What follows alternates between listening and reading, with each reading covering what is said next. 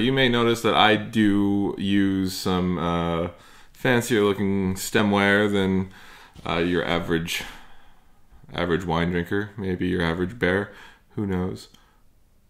Computer, turn off fridge. Sorry, fridge isn't responding. Okay, then we'll have to do this quick.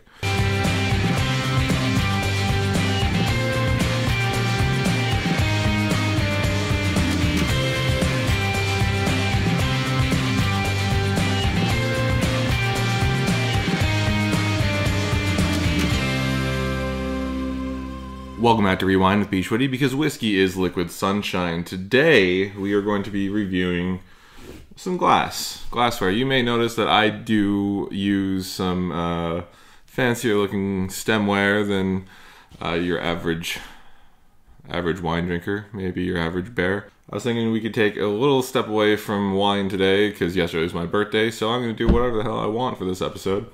And try this nice little special Macallan that I purchased on my way back to Switzerland last year in the duty-free store with my winnings from the Swiss casino. We drank a little bit of this a couple weeks ago.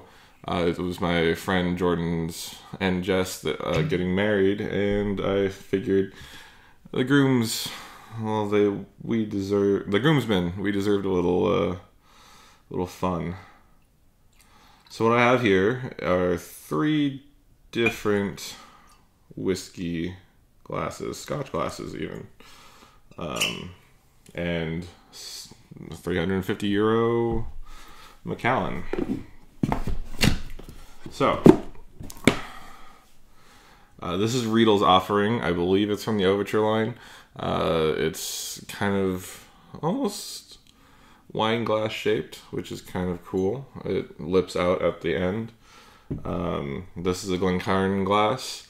For you Scotch drinkers out there, you may recognize this as the only glass to drink Scotch out of. It has a more tulip shape. It directs the floral notes at your nose. And here we have an old-fashioned glass. Nice and simple. So we're going to see the differences, and we're going to talk about how different, if it tastes different, if it smells different, and just drink some good Scotch, because it was my birthday yesterday. Also, shout out to Alyssa Wigant. You may remember her from Christmas. It's her birthday literally today, so she hates, or she's not really into her birthday, so happy birthday if you end up watching this. Cheers.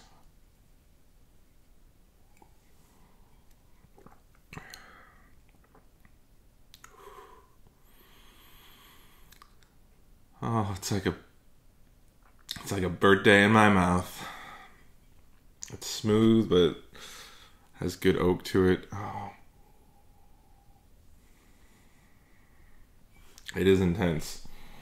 It says classic style Macallan of great richness and intensity.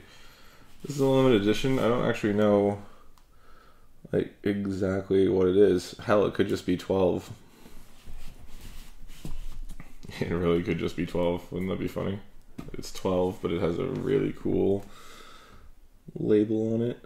It says Estate Reserve. So, not much floral to it. You kind of smell the alcohol, but it tastes like Scotch. Scotchy Scotch. Whereas the Glencairn glass, the aromas come out better because of how it's shaped. It forces it to your nose. You get a little sweetness that normally you wouldn't smell in the old-fashioned glass.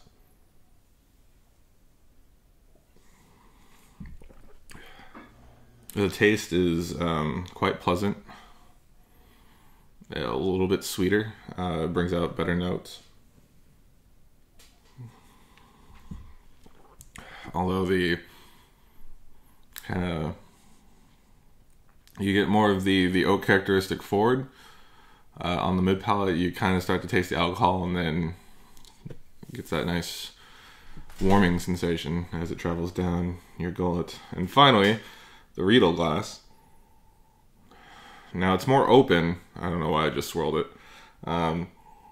It's more open, so you get some of that nose that you'll get from the Glencairn.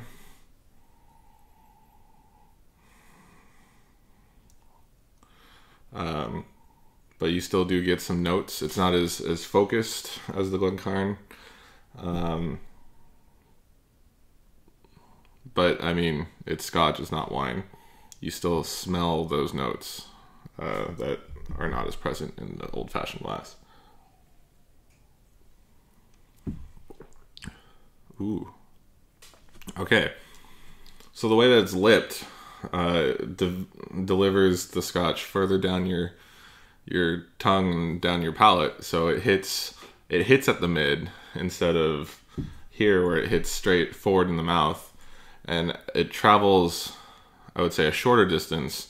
So that's actually quite brilliant because it starts to burn. These two start to burn before it reaches your esophagus, I guess. I mean, it's smooth, but this is the estate reserve. It's quite intense.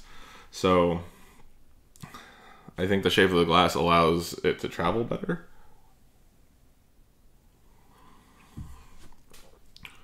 Ooh. And makes it almost easier to drink and more palatable. Although it makes it a little bit tighter. It's not as open as this glass was, but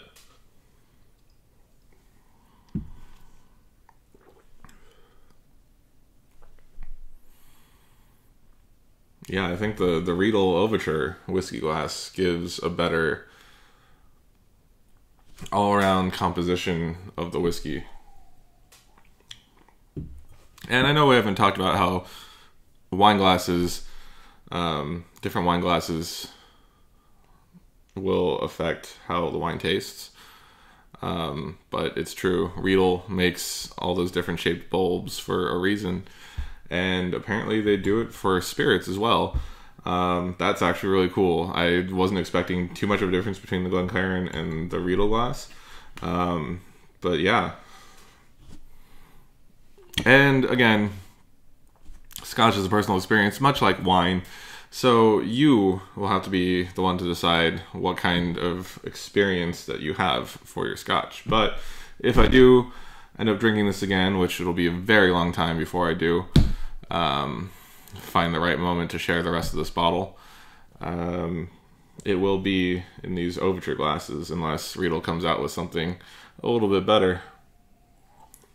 That being said, thank you for joining me on this Friday. Thank you for the birthday wishes that I know you're going to send my way. Next week, we'll be back at it. I'm going to do a big shooting block this weekend and knock out some of May. I have family coming in a couple weeks, so that's awesome. Hopefully I'll do some wine tasting blogs while the family's in town. Who knows? But I do want to say thank you for watching. I hope this quick review of these 3 types of glasses was somewhat helpful. If not, I hope you enjoyed me watching me drink some really nice Scotch. Next week we'll be back to wine on Monday. We'll do something educational, just like every Monday. Thank you for watching. My name is bschwitty. You can find me on the social medias at bschwitty/bschwitty, what have you. This has been Rewind, and I will catch you next time.